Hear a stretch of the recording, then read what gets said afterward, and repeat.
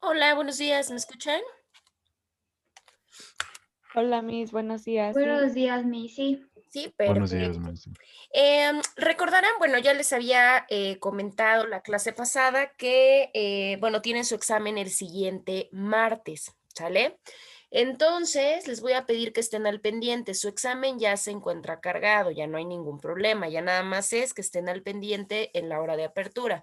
Quedaría como lo hicimos la sesión pasada, quedaría de las 8 de la mañana a las 8:45 de la mañana. Se cierra y listo. Pensaba darles promedios ese mismo día en la segunda hora, pero tengo un evento por parte de la escuela, entonces no me va a dar tiempo. Yo se los haría llegar, ¿qué será? No, pues yo creo que ya no habría necesidad, todavía estaríamos en tiempo y en forma para que precisamente podamos hacer la revisión el día viernes. Entonces, así lo haríamos para que no haya ningún problema. Obviamente, hasta la semana que nosotros nos quedamos, hasta ahí cerraríamos. Ahorita vamos a dejar tareas, o sea, sí vamos a tener tarea. Pero obviamente como el martes tienen examen, ya no nos vamos a complicar. Esa tarea ya no quedaría para el martes, ya quedaría para el día viernes, ¿sale? Y ya quedaría obviamente en una nueva semana, la semana que va a estar después de su segundo parcial. Por eso, ¿por qué se los digo? Pues para que obviamente tengamos en tiempo y en forma. Yo obviamente hago la revisión el día de su examen, el día que ustedes están haciendo examen, yo les hago la revisión de la plataforma y obviamente tendría que estar cubierto. Hemos ido avanzando hasta la semana que está antes de su evaluación de segundo parcial. ¿Sale? Bueno. Pues vamos a seguir entonces avanzando. ¿Hasta dónde viene su examen? Su examen abarca desde donde iniciamos segundo parcial hasta lo que es prueba documental. Hasta ahí nosotros estaríamos terminando segundo parcial. A ver, déjenme checar. A ver si ya les aparece. Ay, Dios. Ahí está. Creo que ya les aparece, ¿verdad?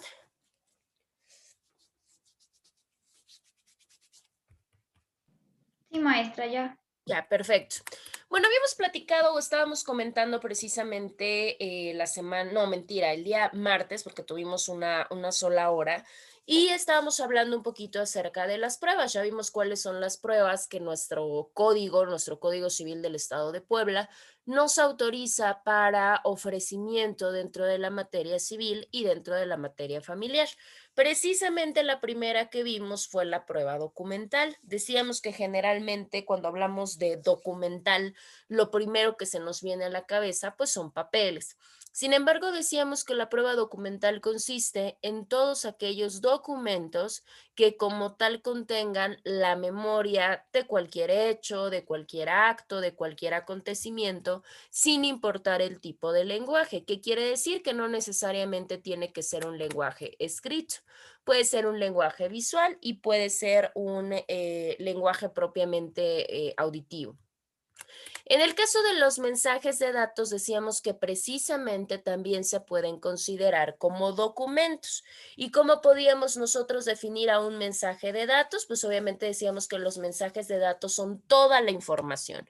La información que se hace o que se genera, la información que se transmite, que se recibe, que se guarda a través de mecanismos electrónicos o a través de mecanismos ópticos, eso es considerado como un mensaje de dato y por tanto una prueba documental.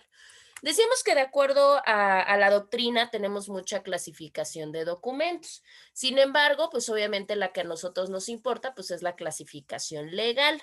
Y verdaderamente, la ley, nuestro Código Civil nos explica o nos da una clasificación de los documentos. Y esta clasificación es de acuerdo a su origen. De acuerdo a su origen, tenemos dos tipos de documentos. Por un lado tenemos los documentos públicos y por otro lado tenemos los documentos privados. En el caso de los públicos decíamos que eran aquellos que como tal se autorizaban por parte de dos personas, ya sean los funcionarios públicos o en su defecto aquellos en los cuales están investidos de la fe pública. Como ejemplo, pues obviamente los notarios. De hecho, dimos la lectura al Código Civil y vimos todos aquellos que pueden ser enumerados o que pueden ser considerados como documentos públicos. Y por otro lado, decíamos que en documentos privados, la realidad es que el código no no nos da un detalle mayor, única y exclusivamente nos dice que por exclusión, si no se encuentra catalogado dentro del documento público, en automático sobreentenderíamos que estamos hablando de un documento privado. Entonces ya no nos enuncia uno por uno la realidad. Ahora, decimos que estas pruebas tienen una cualidad interesante porque decíamos precisamente que habría que tener cuidado cuando precisamente ofreciéramos como prueba documental alguna cinta, algún disco o algo que como tal sea aportado por la ciencia y que dentro de ella pues contenga algún tipo de hecho o algún tipo de memoria, ya sea letras, ya sea imágenes, ya sean sonidos. ¿Por qué? Porque precisamente estos van a necesitar elementos, o sea, aparatos, o sea, ciertas funcionalidades específicas que se tienen que buscar. Y decíamos que por esa razón no es lo mismo exhibir un papel a exhibir, por ejemplo, una cinta o exhibir alguna información contenida en disco. Entonces, estos tenían un tratamiento en audiencia diferente. ¿Qué quiere decir? Pues que obviamente tenían el desarrollo o el desahogo de una manera más específica. ¿Qué se hace? Bueno, pues lo primero que se tiene que hacer es que quien ofrece, o sea, quien se encarga de ofrecer la prueba, es el que como tal se tiene que encargar de buscar todos los elementos necesarios para que claramente se pueda apreciar. Ahora, si para esto decíamos se requiere alguna situación técnica, algún conocimiento técnico por parte del juez, puede mandar a traer a algún asesor. Y decíamos, pues cuidado, porque al final de cuentas, si por alguna razón yo no aporto los medios necesarios para reproducirlo, para apreciarlo, o en su defecto los que ofrecí o los que aporté no son suficientes, la prueba se va a decretar como desierta. ¿Sí?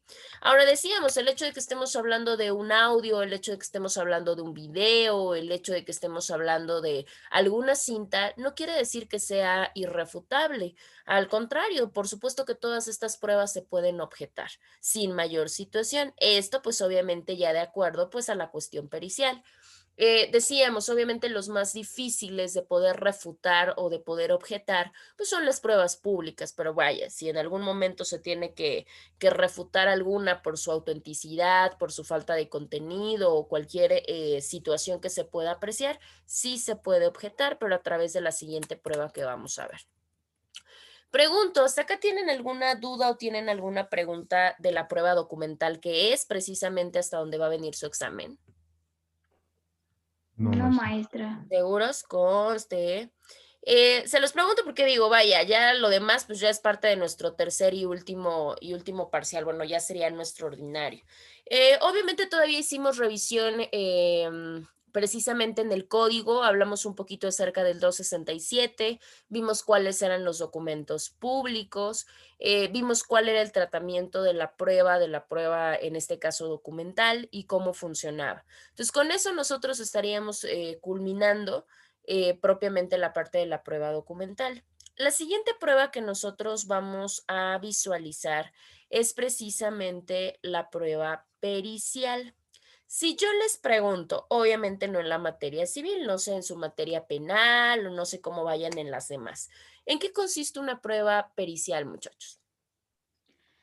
Hace poco un primo tuvo un problema, entonces le quitaron su camioneta. Ujú. Entonces la prueba pericial consistía en que el perito vino al depósito de autos y checó que el número de serie no estuviera alterado para demostrar que pues la camioneta no fuera robada.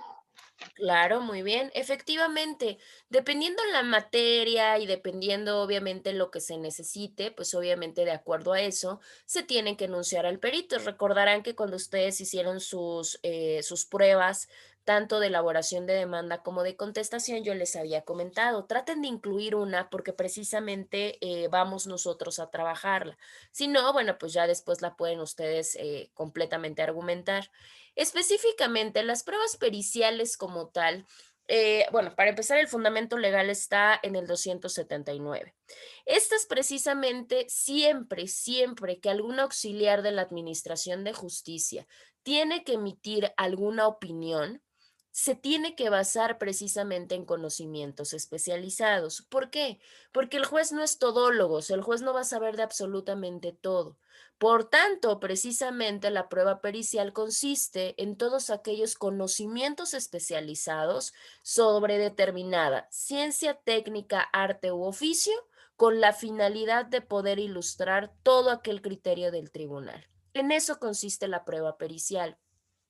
Ahora, también la idea genérica o la idea general que tenemos cuando hablamos de un perito, siempre pensamos en químicos, en médicos, vaya, relacionado todo con la parte de una ciencia. Y esto no es así. Las pruebas periciales pueden ser también determinadas en técnicas, pueden ser en alguna arte o puede ser hasta en un oficio. Los oficios también requerirían o pasarían a ser parte de las pruebas periciales. ¿Por qué? Pues simple y sencillamente porque tienen el conocimiento en una determinada área de expertise. Pues claro. Em, Obviamente, ahorita vamos a ver la requisitación, porque pues hay unos que es muy fácil poder demostrar la expertise, como lo puede ser una ciencia. Obviamente vamos a pensar, un abogado, un médico, un ingeniero, tienen toda la facilidad de poder corroborar con documentos, obviamente documentos públicos expedidos por organizaciones públicas, su expertise. Pero si hablamos de alguna persona que se dedique a algún oficio, la realidad es que cuesta un poco más de trabajo corroborar su expertise, pero eso no quiere decir o que no puedan fungir o que en su defecto no haya manera de que puedan intervenir en el procedimiento. Sí se puede sin mayor problema. Bueno, ahora decíamos que esta persona, o sea, este perito, va a ser conocedor de cualquier ciencia, de cualquier técnica, de cualquier arte o de cualquier oficio, ¿sí? Y obviamente, pues a partir o a raíz de esto, pues se tiene que oír su parecer, ¿sí? Acá vamos a tener una primera actividad. Ustedes van a buscar en la fuente de su preferencia, obviamente fuente confiable, cuál es el listado de peritos permitidos en la materia civil en el estado de Puebla. Esa va a ser su primera actividad. No hay gran ciencia, ¿no? Solamente hacer la búsqueda y ver el listado de peritos que les arroja. La siguiente clase, bueno, ya sería la clase del día viernes de la siguiente semana, vamos a platicar un poquito, porque precisamente este listado de estas actividades, hay muchas que están reglamentadas de manera legal, ¿sí? Pueden ser ciencias, pueden ser técnicas y demás, pero muchas de las veces no, la actividad propiamente de expertise no está reglamentada de manera legal, ¿sí? Y decimos, bueno, ¿y en eso qué pasa si bueno, si el perito en tal oficio o en tal arte no me lo incluye en este listado? Ah, bueno, pues en este caso, sí hay, o más bien no hay peritos que reúnan el requisito de estas actividades legalmente reglamentadas, se va a someter a criterio del tribunal. ¿Qué quiere decir? Que el tribunal podrá decir, perfecto, tus ingresas como perito en determinada área, sin importar que tu actividad no esté legalmente reglamentada, porque bueno, lo tendrá que fundar y motivar, y no importará si no tienen título, pero solamente aquellas que no están reglamentadas. Si están reglamentadas, ahí sí no hay manera, ahí sí tenemos que seguir forzosamente obviamente la disposición legal. Ahora, tenemos generalidades, ¿no? Tenemos cuestiones generales en el campo del ofrecimiento de la prueba pericial. Lo primero es que el derecho que tienen las partes. Cada una de las partes tiene el derecho a nombrar a su perito, ¿sí? Ahora, muchas de las veces, dependiendo el tipo de asunto de materia civil, sobre todo, hay pluralidades. ¿Qué quiere decir? Que hay varios demandados o que hay varios actores. En ese caso, no necesito, si somos 5, vamos a pensar 5 actores, no vamos a nombrar 5 peritos. ¿Por qué? Porque el interés es común. Entonces, lo que se va a hacer es que como tal, se tiene que nombrar a un solo perito que va a representar a todos los demás, a todas las demás partes, ¿no? Ya sea demandado o ya sea actor. Obviamente, pues van a tener que buscar la misma pretensión y claramente, pues van a tener uno que contradiga. Ahora, si por alguna razón, porque muchas de las veces llega a pasar, que no se pueden poner de acuerdo las partes, ¿no? Porque yo quiero que sea mi perito, pero pues dice el otro que el suyo es mejor, etcétera, etcétera. ¿Qué es lo que va a pasar? Si no se ponen de acuerdo por voluntad propia, el juez tendrá que ser el encargado de designar entre los que están propuestos, ¿sí? Vamos a pensar en un juicio intestamentario y que obviamente los posibles herederos del decuyo son sus 5 hijos, porque tienen esta relación paterno-filial. Entonces, como van a ser 5 actores, pues cada uno podría designar a un perito, pero como es la misma pretensión y sería ocioso escuchar a los 5 diciendo lo mismo, tienen que elegir uno que represente. Pero si no se puede porque no se ponen de acuerdo, pues el juez tendrá toda la facultad de decir cuál de esos 5 es el que se va a encargar de representar en la prueba pericial. Ahora, en este caso, esta es la otra actividad que nosotros vamos a tener. Ahorita les voy a enseñar un ejemplo. Si el actor propiamente va a ofrecer una prueba pericial, que es lo que ustedes van a hacer en la demanda, porque obviamente ahí es el ofrecimiento, en ese mismo ofrecimiento se tendrá que designar al perito, ¿sí? O sea, tienen que decir quién va a ser. Ahorita vamos a ver el ejemplo. Y con esto se tiene que exhibir un cuestionario, ¿sí? Un cuestionario en el cual se tienen que establecer o se tienen que poner de manera muy concreta los puntos en los cuales se va a versar el dictamen del perito. Pues claro, porque el perito dentro de su área de expertise nos puede decir millones de cosas, pero a mí no me interesan las millones de cosas, a mí me interesan puntos específicos que son parte de la controversia, que son parte de la litis. Entonces, pues yo hago este cuestionario y dirían ustedes, bueno, pero ¿para qué lo haría, no? Pues lo haríamos para una situación de que la contraparte tuviera el conocimiento y su perito, que va a ser obviamente un perito que va a contradecir al mío, tengo una idea sobre qué es lo que se va a hablar y claramente sobre los puntos que considere que va a contradecir o que no va a contradecir, para lo mismo, para que no ande hablando de otras cosas que no tienen nada que ver, no única y exclusivamente sobre los puntos que va a tratar mi perito y que él claramente va a tratar de contradecir. Ahora, en este caso, el demandado, o sea, la parte contraria, cuando dé la contestación de la demanda, también tendrá que designar su perito. Y si él considera necesario, puede adicionar también su cuestionario, ¿sí? De este cuestionario que ofrezca el demandado, se tendrá que dar vista, obviamente, a la persona que está ofreciendo, para que conociendo, ¿no? Obviamente el perito puede estimar estas mismas preguntas para rendir su dictamen. Digamos que son unas guías para los peritos, unas guías a través de las cuales el perito se va a enfocar en cuestiones muy específicas, ¿sí? Bueno, ahora, en esta parte cabe mencionar que se tiene que proponer cuando una persona, ya sea actor o ya sea demandado, ya sea en la demanda o ya sea en la contestación, cuando quieran proponer la prueba pericial, tienen que hacerlo de la siguiente manera. Lo primero, se tiene que poner con puntos y comas, tal cuál va a ser la ciencia, cuál va a ser el arte, técnica u oficio del cual yo estoy requiriendo los conocimientos especializados, ¿sí?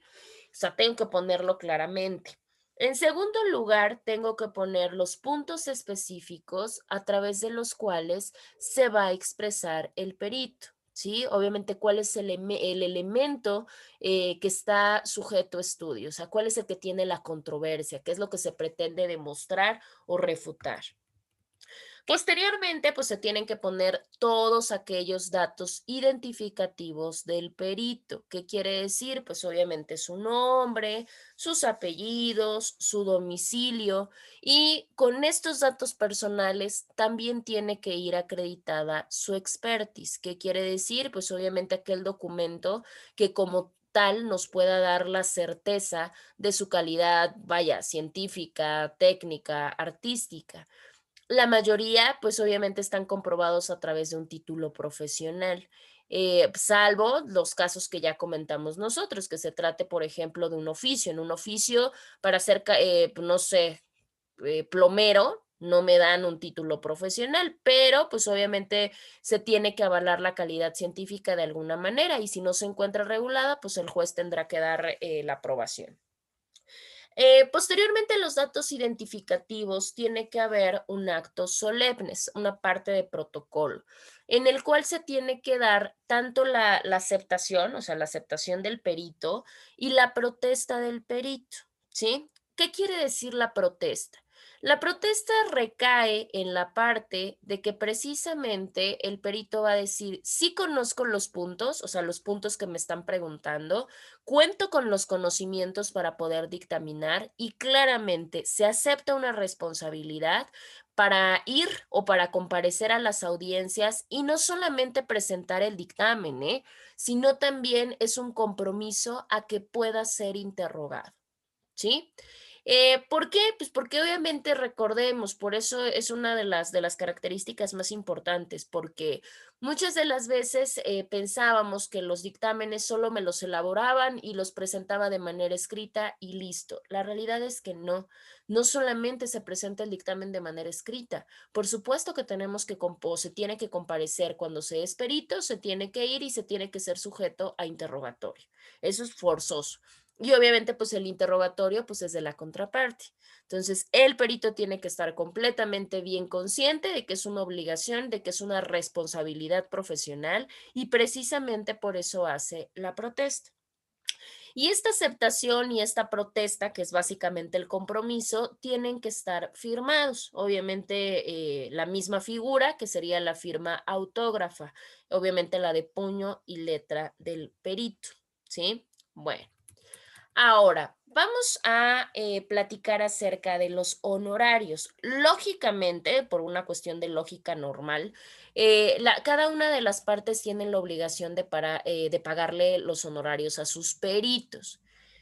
Pero, ¿qué es lo que pasa? Muchas de las veces, claramente el perito del actor dice una cosa y el perito del demandado dice otra. O sea, hay choques, no se ponen de acuerdo, dicen cosas opuestas.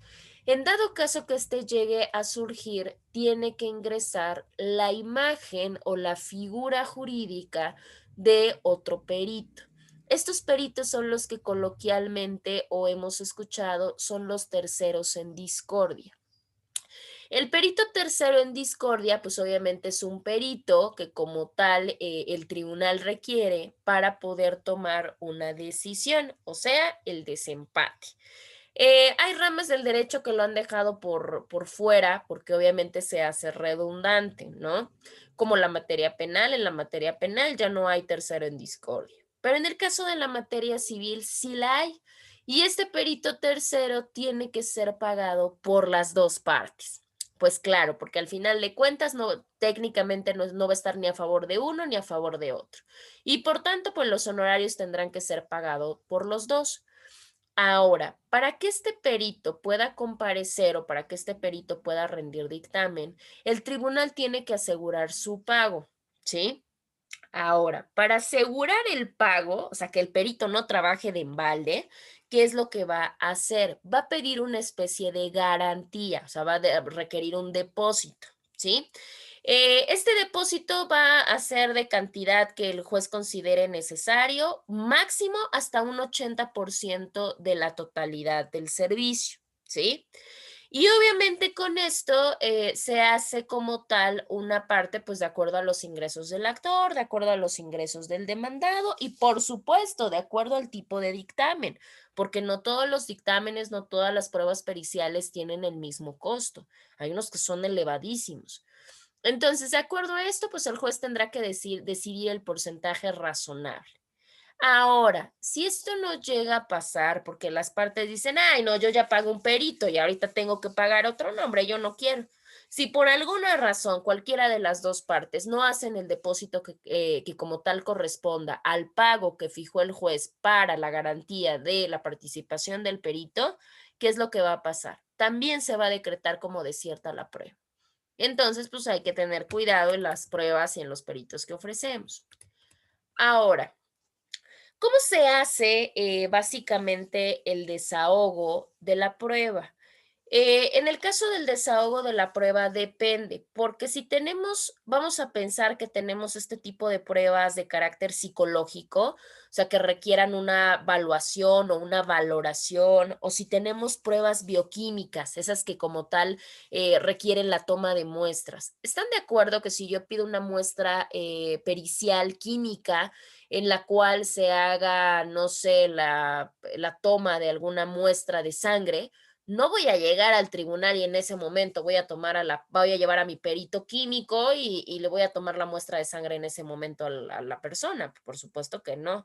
En este caso, se tiene que hacer como tal antes de la celebración de la audiencia, porque recuerden, ya pasamos un periodo probatorio en el cual era el ofrecimiento. Yo ya la ofrecí en mi demanda, por ejemplo, ¿no? Ya me la admitieron. Ah, bueno, pues el desahogo técnicamente yo tengo fecha anterior para que pueda sacar o para que pueda extraer mis pruebas.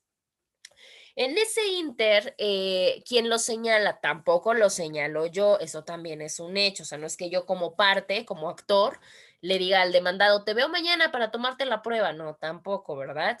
Aquí el encargado es el tribunal va a ser el cual nos va a decir qué día, qué hora, a dónde deberán ir las partes y los peritos para que puedan propiamente practicar ya sea algún reconocimiento o en su defecto, pues otorgar las muestras. Ahora, como bien lo platicamos cuando hablábamos, por ejemplo, de estas reconocimiento de paternidad y maternidad, decíamos, muchas de las veces las partes no quieren colaborar o presentan una negativa para no tomarse las pruebas. En ese caso, de que la parte procesal no colabore, ¿qué es lo que va a pasar? De igual manera, se va a sobreentender entonces que los hechos que se pretendían acreditar con esa prueba, pues son ciertos. Pues claro, el que nada debe, nada teme. Entonces, si yo colaboro, yo digo, perfecto, estoy completamente consciente, no hay problema, pero ante mi negativa, por algo es que no quiero. Ah, bueno, pues entonces en automático se sobreentendería que es completamente cierto. Bueno. A ver, les voy a enseñar. Ahorita ya no creo que nos dé tiempo. Lo que vamos a hacer es lo siguiente. Vamos a revisar un cuestionario para que vean cómo lo van a diseñar. Ustedes lo van a diseñar, les voy a dar obviamente más de una semana. No, ¿qué sería? Una semana exacta, porque la actividad la presentarían el siguiente viernes. ¿Sale? El siguiente viernes van a hacer lo mismo que en la demanda, van a presentar su cuestionario y vamos a ir analizando el tipo de preguntas que sí y el tipo de preguntas que no. A ver, déjenme buscarlo porque creo que ya lo cerré. Espérenme. Aquí está.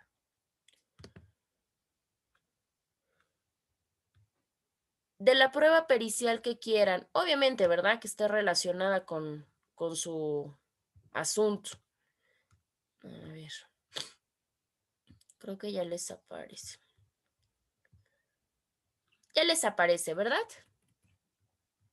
Sí, ya. Ok, espérenme tantito.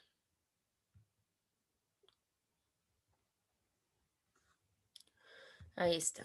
Bueno, acá tenemos un ejemplo de cómo se elabora un cuestionario para una cuestión pericial. Ah, sí, Emilio, sin problema. Bueno, y aquí esta prueba es un cuestionario para una prueba pericial en grafoscopía, ¿sí? Vamos por partes, ¿verdad? Porque igual desde ahí empezamos con la situación. Por eso les digo que es muy importante que ustedes realicen la búsqueda precisamente de cuáles son los peritajes que podemos encontrar. Obviamente con eso ustedes van a tener una idea un poquito más clara y van a decir, ah, ok, ya me di cuenta que hay y yo ya sé que el más apto para mi asunto es este peritaje. Y con eso, pues obviamente van a tener una guía un poquito más clara. Pregunto, ¿sabemos qué es la grafoscopía?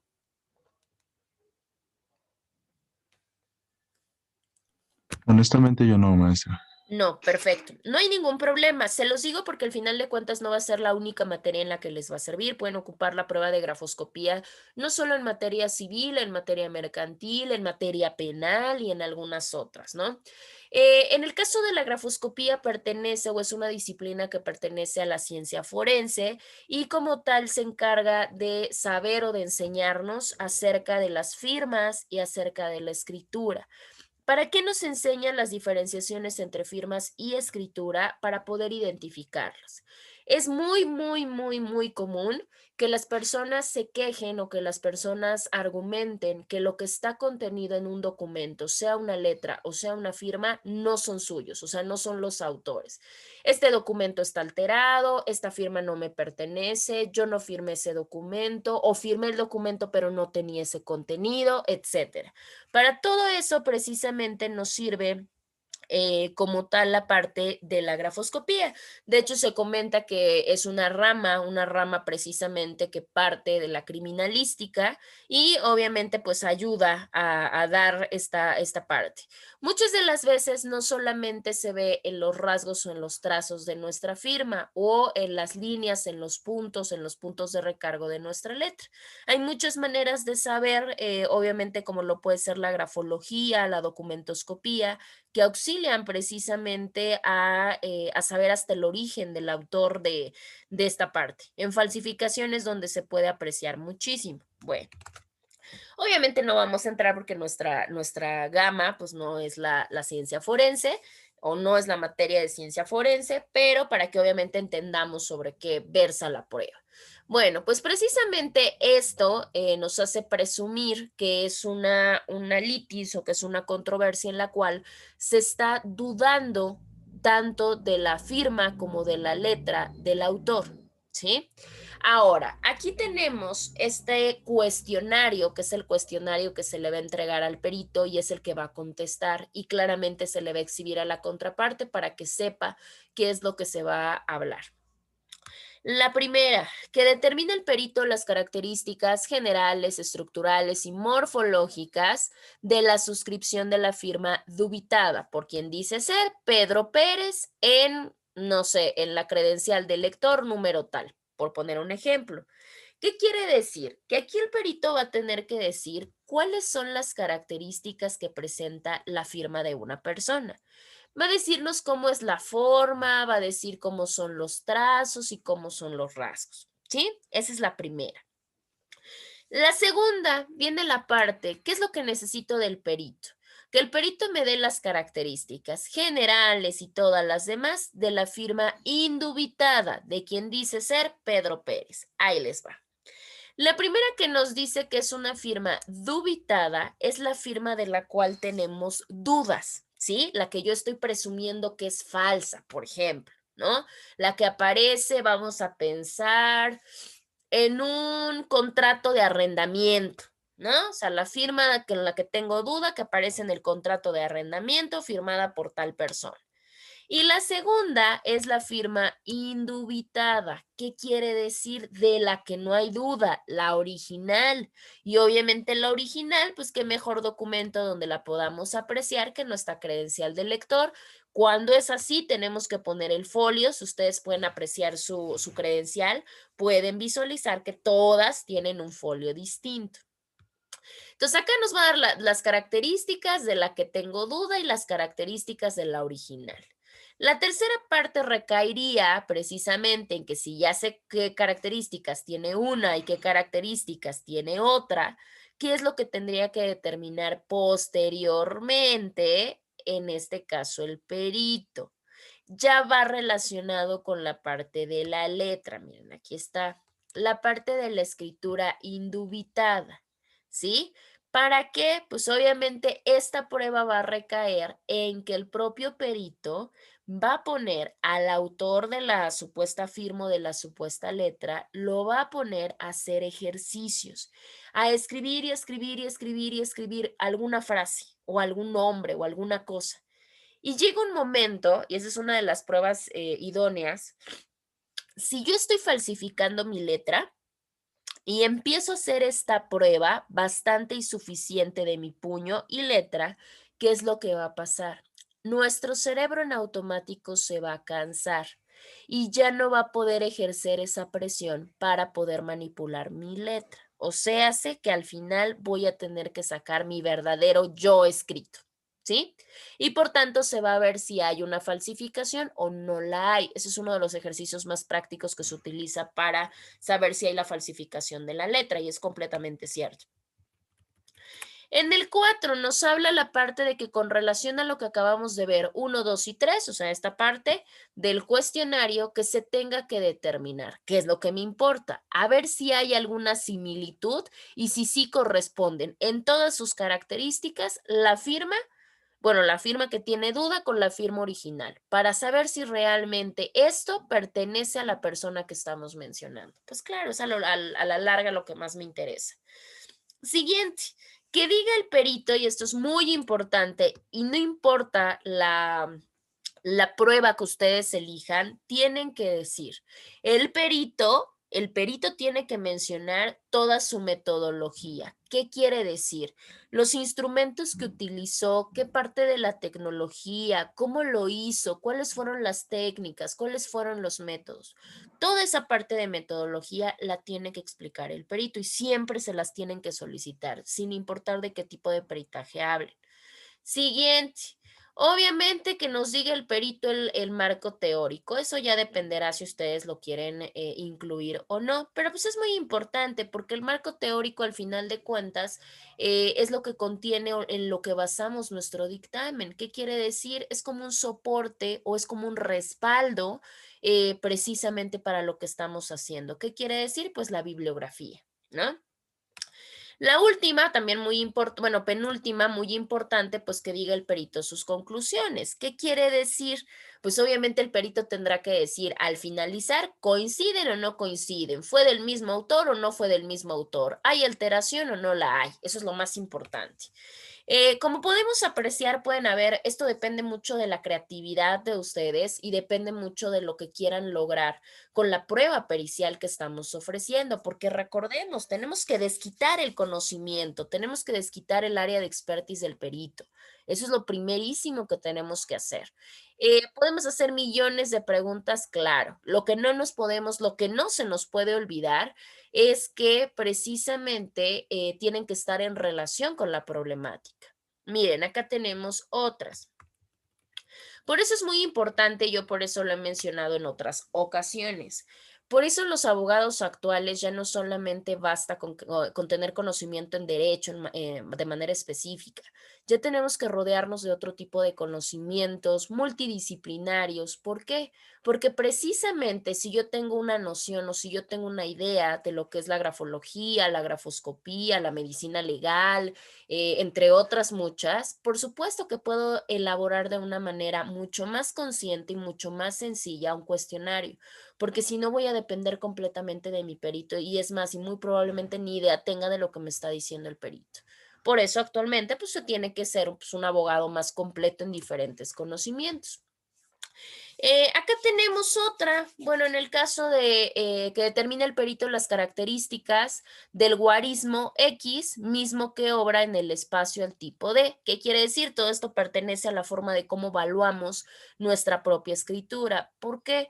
Porque precisamente los guarismos, precisamente las grafías, son todos estos espacios, estos volúmenes, estas líneas, estos cortes que manejan nuestra letra. Si ustedes pueden apreciar con su propia letra, con letra de alguien que tengan cercano, hay letras muy juntitas, hay letras muy separadas, letras muy pequeñas, letras muy grandes, letras muy recargadas, o sea, muy marcadas, algunas personas que ni se ve que escriben porque escriben muy ligerito. Bueno, todas estas características pertenecen a los elementos característicos precisamente de nuestra letra. Y el perito pues nos puede decir más o menos las grafías, obviamente los espacios y obviamente si se presume que la letra pues es del mismo autor. Que explique miren, acá está la propia situación. Que explique el perito si el documento base de acción, pagaré fulano, presenta indicios de alteración de texto. Aquí ya tenemos en qué se basa la problemática, pues obviamente que se está negando el haber llenado con puño y letra y el haber firmado un pagaré. Ahí está, pues que nos diga el perito si hay indicios que se pudo haber alterado el texto. Aguas. Hay que tener mucho cuidado y no confundir en este caso la grafología con la parte de la documentoscopía o de la grafoscopía. ¿Por qué?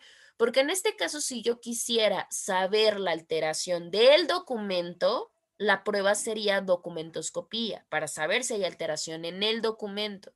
Pero si hay alguna parte de alteración en el texto o en la firma, pues para eso nos sirve esta, ¿sí? Ahora, que nos diga el perito si en la toma de la muestra, esta que estábamos diciendo nosotros que la persona se va a poner a escribir o se va a poner a firmar, la ejecutó en forma de disimulo. ¿Qué quiere decir? Pues si se está viendo que la persona fingió o que la persona modificó su letra o su firma, ¿sí? Bueno, ahora. Acá tenemos la situación, la parte de la corroboración de nuestra idoneidad. Obviamente, en este caso buscaríamos la idoneidad de quién, pues obviamente del perito, ¿sí? En este caso, la realidad es que tenemos bases, obviamente completamente bases, para poder corroborar el área de expertise o la cantidad de expertise. Recordemos, cuando nosotros obtenemos una cédula profesional, la cédula directamente no la emite la institución, o sea, la institución a la que pertenezcamos, la emite como tal la Secretaría de Educación Pública a través de la Dirección General de Profesiones. Si yo quiero saber como persona, porque muchas de las veces no necesariamente como profesional, pero muchas de las veces no nos eximimos de tener alguna problemática familiar y yo voy a contratar un perito y yo no sé si el perito realmente es perito y realmente está registrado y realmente tiene cédula profesional, porque muchas de las veces pues, son fraudes, me puedo ir a la Dirección General de Profesiones y corroborar como tal si la persona está registrada. ¿Qué quiere decir? Que su cédula no sea falsa o que no sea fraude. Y ahí podemos encontrar la parte de las cédulas. Ahorita recordemos que ya tenemos una parte de digitalización. ¿Qué quiere decir? Que obviamente ya las cédulas de ustedes ya van a estar completamente en una banca digital. O sea que la realidad ustedes ya no reciben una cédula como la que todavía nos tocó a varios, a su servidor a todo le alcanzó a tocar cédulas, ya obviamente impresas, plastificadas y todo lo demás. Ahorita creo que a partir de hace un par de años o un año ya están solamente expidiéndose de manera digital. O sea, ustedes las imprimen o con los puros dígitos identificativos, pues ya tienen su cédula. Bueno, aquí está la parte de lo que hablábamos hace un momento. Miren, acá tenemos una solicitud, ¿no? Yo puedo solicitarle a la Dirección General de Profesiones que me digan, ¿no? ¿Qué pasa con este supuesto perito? Claro, en ese momento nos dan la atención de acuerdo a la solicitud que ingresamos para decirnos si hay un antecedente profesional. Claro que sí se puede. Mire, aquí está. Se expide constancia de antecedente profesional relacionada a usted. Yo la pido para comprobar. Miren, acá tengo mi oficio que me manda la Dirección de Profesiones, en donde claramente me dice que soy licenciado en Derecho, que tengo especialidad en Grafo, en Docu, en Dacti y que tengo maestría en Criminalística. Y ya, pues obviamente esa búsqueda se hace a través de la unidad administrativa y hasta nos arroja los números de cédulas. Obviamente, hay requisitación muy importante. No todo aquel que salga con una licenciatura o que tenga una maestría, es más, aunque tenga un doctorado, no es perito. Así que hay que tener mucho cuidado. Para que se sea perito se necesitan una serie de requisitos específicos. Entonces, cuando ustedes vayan a mandar a traer por algún asunto profesional o por algún asunto familiar, sean muy, muy, muy al pendiente de constatar que los peritos son peritos. Si no, no hay manera. En este caso, bueno, esta persona ya tiene las 3 cédulas y obviamente ya lo acredita con una especialidad en grafo y en las diferentes áreas alternas.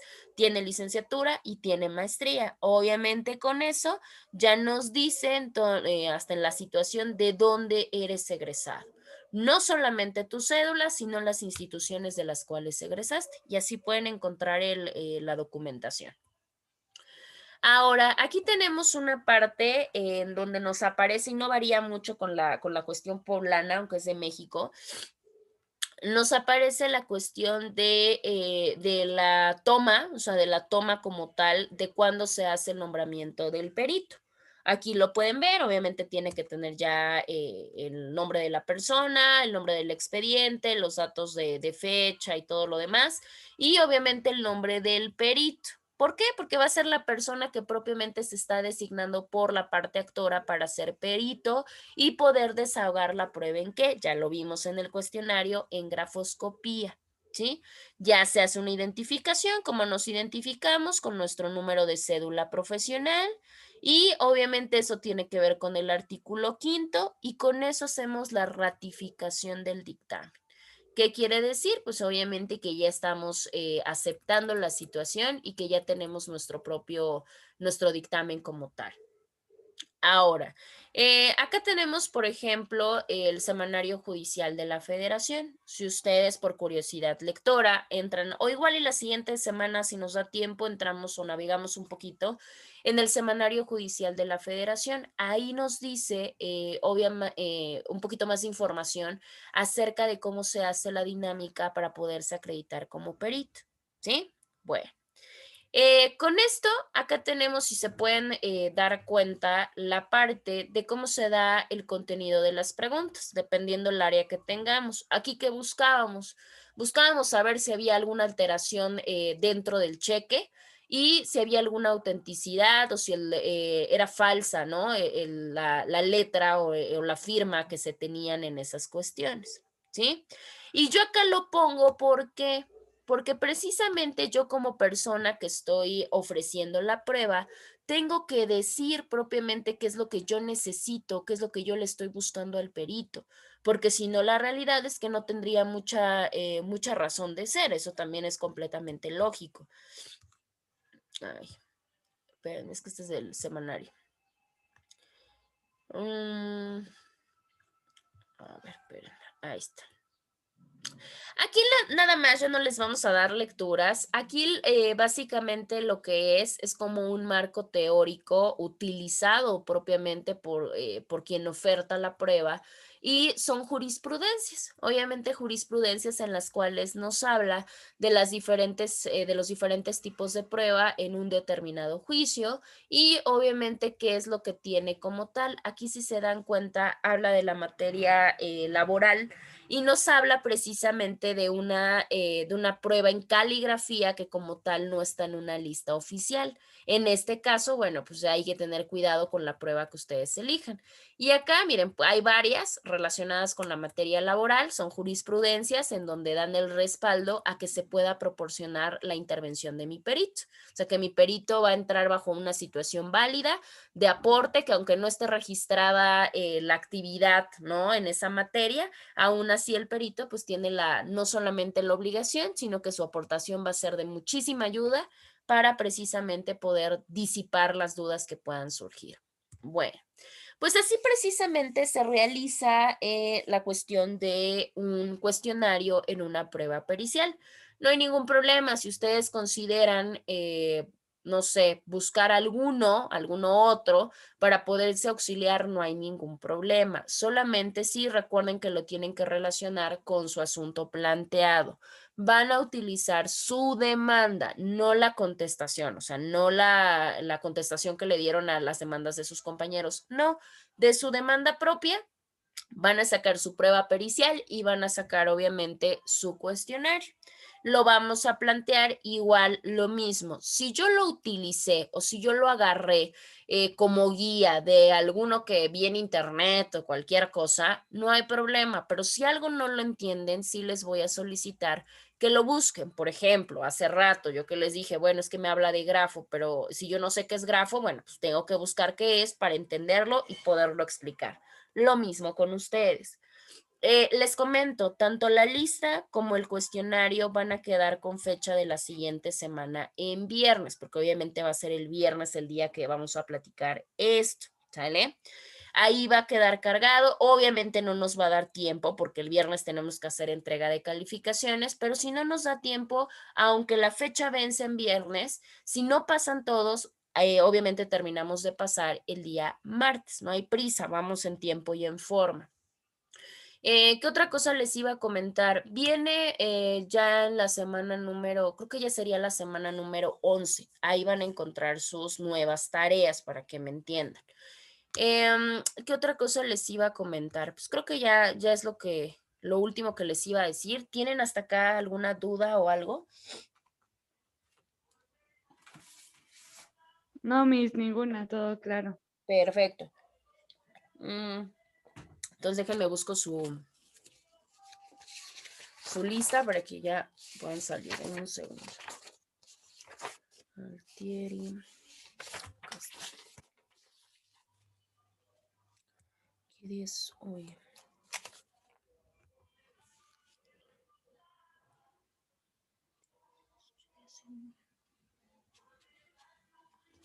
Perfecto. A ver, Flores Quirós Jesús Alfonso. Presente. Ok. Hernández Tejeda Jerini Maybrit. Presente. Macbeth Sánchez William Eduardo. Presente. Bien. Martínez Santiago Paloma. Paloma. Presente. Ah, ya. Papaki Almonte Clauditzel. Presente, Miss. Ok, perfecto. Patiño Enotzin Juan Carlos. Presente, Miss. Oh, ya te vi, Juan Carlos. Tabduk Fernández Emilio. Todos muy guapos. Presente, abogada. Ay, mírenlo, sí es cierto. Cano López Luis Ángel. Luis Ángel no está. Sí, ahí está, ¿no? No es Luis Ángel, sí es Luis Ese Ángel. de la primera comunión, por favor. Responde. ¿Y ahora por el del qué? bautizo. Cuéntenme. Es que Tienen William ya lo examen y les bautizó. pidieron Ay, qué padre, cómo no se me ocurrió antes. El último igual y sí lo tuvimos de manera oral y probablemente sí. No, No, no, no, no, no, No. no, no, no, no, no, sí sí estamos bien así así. estamos bien, No William digas lo eso. bautizó. No les digo, forjen carácter, muchachos. No, maestra, estamos muy presionados. Tenemos muchos proyectos pendientes. Muy bien, muy bien. López Graciano Reina. Presente. Ay, sí, ya la vi. Ok. Martínez Flores José Axel y Mendieta Hernández Gabriela. También la Gabriela. Presente. Ah, ya, ok. Bueno, perfecto. Sus asistencias empezaron a contabilizar desde el 26 de febrero hasta hoy 19, ¿sale? Entonces tengo un conteo de 7. Si alguien tiene problemas de faltas, pues váyanle echando ganas. Creo que no. A ver, déjenme ver. Juan Carlos, creo que tú tienes 2. Emilio, tú tienes más, tú tienes como 4 o 5, Emilio, no sé, por ahí. Entonces, chécalo para que no haya problema. Y bueno, Axel creo que también tiene esa problemática, ¿sale? Bueno, de todos modos, el día martes no hay problema. Si llega a haber, eso sí les digo, ustedes presenten examen. A mí generalmente el acta me llega a destiempo, no sé por qué, me llega a destiempo. Entonces, para no quitarles tiempo de examen, ustedes háganlo. Ya yo le comento a su compañera Jime que me haga favor de transmitirle si alguien tiene alguna problemática y párenle de contar, ¿sale? Para que no haya problema y no de que, ay, no presenté examen. Préndanme de volada su cámara, por favor, para que les tome su evidencia. Ay, ¿dónde dejé mi? Me falta Reina y me falta Yerini, me falta Juan. Miss, ¿puede repetir? Es que me sacó de la sesión por mi internet. ¿Qué les repito? O es que ya no escuché desde que empezó a decir de las faltas y ahorita oí que me mencionó. Que prendas tu cámara. A ver, Juan, no, te dije que Que estás reprobado, Juan. Oh, ¿qué no estás que ya entendiendo? Que se me pasaste fue el examen, internet. Juan. Que tienes Estás faltas, reprobado. Juan. Tienes falta del 26 y tienes falta del 16. ¿Y cuántas faltas son? ¿Mande? ¿Y cuántas faltas son? Pues si tenemos 8, ¿cuántas les dije? 8 asistencias de 2. Estás justo, creo que todavía alcanzas, ¿no? Digo que sí. Vamos a pedirle a Dios. Ya les aviso el martes, ¿sale? Cuídense mucho y que tengan bonito fin de semana. Nos estamos escuchando. Sí, mis Gracias, gracias. abogada. Buen Adiós. día. Cuídense, Igualmente. bye. Hasta luego, profesora. Buen fin de semana. Hasta luego, William. Igualmente, cuídense mucho.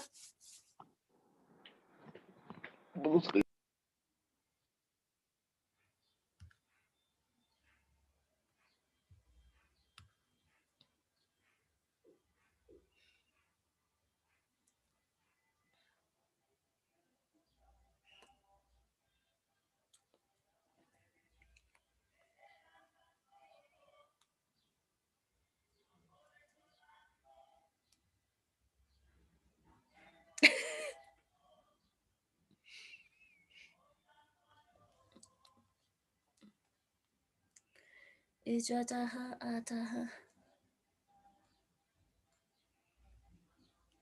¿Quién?